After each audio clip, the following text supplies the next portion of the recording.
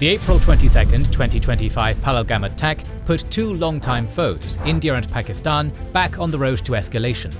The series of reciprocal unfriendly steps, which ultimately snowballed into a military standoff in the form of missile and drone strikes, downing of jets and artillery duels between two nuclear powers, thankfully did not lead to a full-scale war.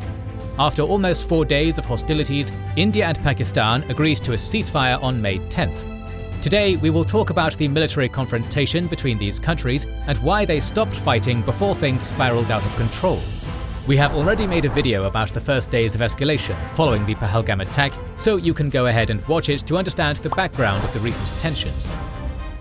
And as a bonus, we'll show you a tactic whose power is no myth or tall tale. It's using a VPN while online, which you should do with our sponsor today, NordVPN, who have a special offer for KNG viewers at nordvpn.com/kingsandgenerals.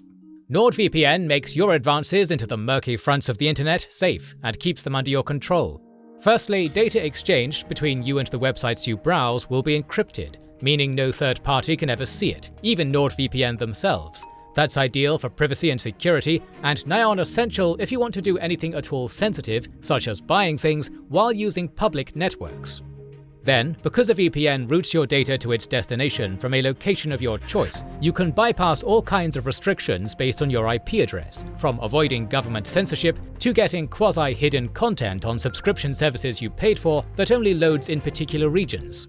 Installing NordVPN on all your devices also brings you a background layer of security tools through their threat protection systems, blocking malware, ads, phishing attempts, and scams, which you can run separate to the VPN for protection from general intrusion at all times. As for that special offer, claim 4 months of extra coverage for free on your 2-year plan when you sign up at nordvpn.com/kingsandgenerals. They offer a 30-day money-back guarantee, so there's no risk in giving it a go. That's nordvpn.com/kingsandgenerals. In the immediate aftermath of the Pahalgam attack, there was some exchange of small arms and artillery fire, and India's search operations in the Pahalgam area resulted in the destruction of several houses and firefights with suspected perpetrators, and consequential political decisions like the suspension of the Indus Waters Treaty by India. But the situation truly escalated on May 7th, 15 days after the attack. India launched Operation Sindoor, targeting 9 sites, 5 in Pakistan-administered Kashmir and 4 in Punjab. They reportedly used precision long-range Excalibur artillery rounds, drone-delivered munitions, and Scalp EG cruise missiles and Hammer glide bombs launched from Rafale jets. India claimed that they targeted only Lashkar-e-Taiba and Jaish-e-Mohammed-linked infrastructure, and no Pakistani military installations, announcing the death of over 100 terrorists, while Pakistan claimed that these strikes killed 40 civilians, including 15 children. By making a public announcement that they purposefully avoided targeting Pakistan's military infrastructure, India intended to contain the escalation. The message was that they can harm Pakistan, but they do not want an all-out war. But as expected, Pakistan retaliated. What came after India's initial strike was arguably the most media-worthy event of this Indo-Pakistani confrontation, and the one which undoubtedly brought many military analysts out of their seats. A few hours after the initial Indian airstrikes, the media started reporting that Pakistan had downed several Indian fighter jets. The confirmed number of destroyed Indian jets and the manner in which the Pakistanis had done that are still unclear. Pakistan claimed the shooting down of 6 Indian jets, 5 over Indian-administered Kashmir and 1 over Indian Punjab. Pakistani sources reported an hour-long dogfight between 125 Indian and Pakistani fighter jets, which led to this result, but since the term dogfight applies to close-range combat between military aircraft, we can confidently dismiss the claim that this happened. Modern fighter jets are equipped with long-range missiles and radars to detect enemy movement from far away. Therefore, they do not need to engage each other in close proximity to target enemy aircraft. After verifying the image of debris of 2 destroyed jets, the Washington Post concluded these were a French-produced Rafale and Mirage 2000. Reuters and the Washington Post have confirmed India losing at least 3 fighter jets, but since then, the footage of a 4th crash site has been posted on social media. Reuters cited an American official suggesting that this was done by Chinese PL-15 long-range air-to-air missiles, launched by Chinese J-10 jets. The Pakistani Foreign Minister Ishaq Dar later confirmed that J-10C jets were indeed used to down Indian Rafales in his speech to the nation's parliament. adding that the Chinese delegation to Pakistan was pleased with the performance of their jets. The downing of a 4.5 generation French fighter jet Rafale by a Chinese weapon made rounds in traditional and social media, once again showcasing how much China has advanced in weapons manufacturing. A China expert, Carlotta Renaudot, said, "This was a big victory for China in terms of perception. For a country that hasn't fought, theoretically, any war since the war with Vietnam in 1979. For a country that hasn't really engaged in war, and its own weapons don't really have that sort of global recognition as, let's say, French weapons or American weapons, this is a big victory in terms of perception." Pakistan conducted further retaliatory steps against the Indian air attacks on the ground. Of course, no Indo-Pakistani conflict is complete without a confrontation in Kashmir. So soon after the Indian attack, the Pakistanis increased the intensity of artillery shelling and small arms fire on the line of contact in the disputed region. This continued until the ceasefire, as dozens of civilians on both sides were killed. There were occasional small raids launched, but at no point did either side go on the offensive with the intention to capture territory. Pakistan also responded to India by conducting drone and missile attacks in western and northern India on May 8th. The Indian government claimed that 15 sites were targeted in this attack. Satellite images, which resurfaced after the attack, confirmed that the Indian air defense did well to minimize the damage from Pakistani drones and missiles. Now it was India's turn to attack. On the morning of May 8th, they launched their own drone attack, primarily using Israeli-produced Harpy and Harrops, targeting what the Indian official information reported to be Pakistani air defense infrastructure. Pakistani sources confirmed this attack, claiming that India targeted 11 sites and conceded that one piece of equipment was damaged. The most significant psychological impact of this attack was that, unlike Pakistan, India was attacking targets inside of major Pakistani cities, to be specific, Karachi and Lahore, the two most populous cities of Pakistan. Such actions created additional escalatory risks and the possibility of a long war. The situation only got worse in the early morning of May 10th, when Pakistan launched a Fatah-2 short-range ballistic missile at India, which was shot down by their air defense. Pakistan denied that this ever happened, claiming that this was an Indian missile which fell on its own territory. India then retaliated with a strike of its own. They managed to hit the Nurkan airbase, along with striking Pakistani military infrastructure, including airfields and air defense systems in Rafiki, Rahim Yakan, Chunian, Arifwala, Hasra, Murid and Sukur with Harop drones, BrahMos, Scalp, Crystal Maze and Rampage missiles. Subsequently, shared satellite imagery proves the success of their attacks. Particularly, the attack on the Nurkan base was troubling, because according to The Guardian, it is close to the headquarters and military base which protect Pakistan's nuclear weapons storage in Rawalpindi. There is still not much evidence to work with to understand why this Indian air attack was more successful than the others. Perhaps earlier Indian attacks had weakened the Pakistani air defenses, or maybe the previous attacks were carried out to identify the location of the Pakistani air defense assets, enabling the Indians to do more precise targeting in this attack.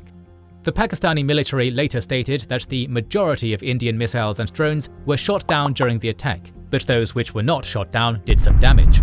There were also rumors of an Indian attack on Pakistan's nuclear facility in Karana Hills. Obviously, an attack on nuclear infrastructure would have meant a huge escalation of the conflict, with the potential to go into uncharted waters. However, no evidence of such an attack has emerged since then.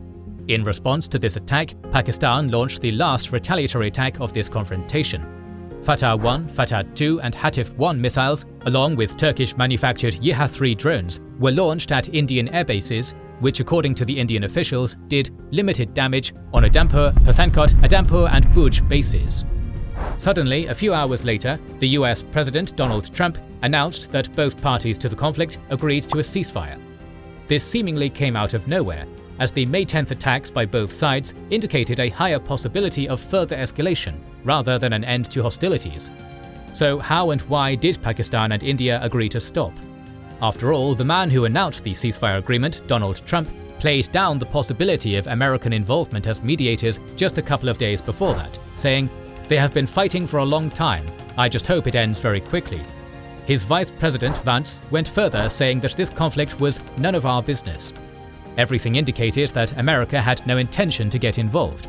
But by May 10th, the confrontation had clearly entered the path of escalation. Ballistic missiles were being used. The Indian attack on the Nurkan base raised the temperature. The Pakistani media reported that on May 10th, the Prime Minister Sharif called for a meeting of the National Command Authority, the structure in charge of Pakistan's nuclear infrastructure. Even though Pakistan later denied that such a meeting was called, whether the Pakistani government actually had an intention to hold this meeting or not is irrelevant at this point, because the mere mention of it was a clear case of nuclear signaling conducted by Pakistan, arguably to deter India from further actions. It is curious that even before the May 10th escalation, and despite its earlier dismissive tone, the Trump administration was getting uneasy and hence started to get involved to bring the warring sides to the table. It is reported that Secretary of State Rubio was engaged with his Indian and Pakistani counterparts. Vance had a phone call with Indian Prime Minister Modi on May 9th. Saudi Arabia, Iran, the UK and the UAE were also reportedly working behind the scenes. But it is most likely that the US intervention was key in achieving a diplomatic breakthrough. The talks intensified after the aforementioned report about the National Command Authority was mentioned in the media. Secretary Rubio had a phone call with Pakistan's Army Chief General Asim Munir, who according to Reuters is widely regarded as the most powerful man in that country, on May 10th. This was followed by Rubio calling the Indian and Pakistani foreign ministers, Jaishankar and Dar. Around this time, Indian journalists close to the Modi government started reporting that Pakistan had stated its readiness for a ceasefire. The final step towards a ceasefire was a phone call between Indian and Pakistani military representatives on May 10th in the afternoon. 2 hours later, Trump posted about a full and immediate ceasefire between the sides. All in all, the damage inflicted by India and Pakistan on each other was quite minor, especially given quite a high intensity of missile and particularly drone attacks on each other. Dozens of civilians and several soldiers were killed, while the country's military facilities suffered only limited damage. The biggest highlights of this war from the military standpoint were Pakistan's Chinese-made jets downing several Indian jets, including at least 2 French-made fighter jets, and the Indian strike on the Nurkan base. Neither strike, of course, had any decisive impact on how the war went, but it was important from a psychological aspect. But make no mistake, the limited impact of aerial attacks by both countries should not prevent us from concluding that the temperature of this most recent round of Indo-Pakistani tensions was steadily rising. This prompted the United States to intervene and mediate a ceasefire to avoid further dangerous escalation. But as Christopher Clary of the Stimson Center rightly notes, a ceasefire is not peace, however. The next crisis will come. This crisis will provide the foundation upon which that next crisis will unfold, and so it will be important to scrutinize its lessons and implications before hostilities again erupt. We're going to continue talking about this situation in the coming days and weeks, so make sure you are subscribed and have pressed the bell button to see it. Please consider liking, subscribing, commenting and sharing, it helps immensely. Our patrons and YouTube members can watch more than 200 exclusive videos. Join their ranks via the link in the description or by pressing the join button under the video to watch these weekly videos, learn about our schedule, get early access to our videos, access our private Discord, and much more. This is the Kings and Generals channel, and we will catch you on the next one.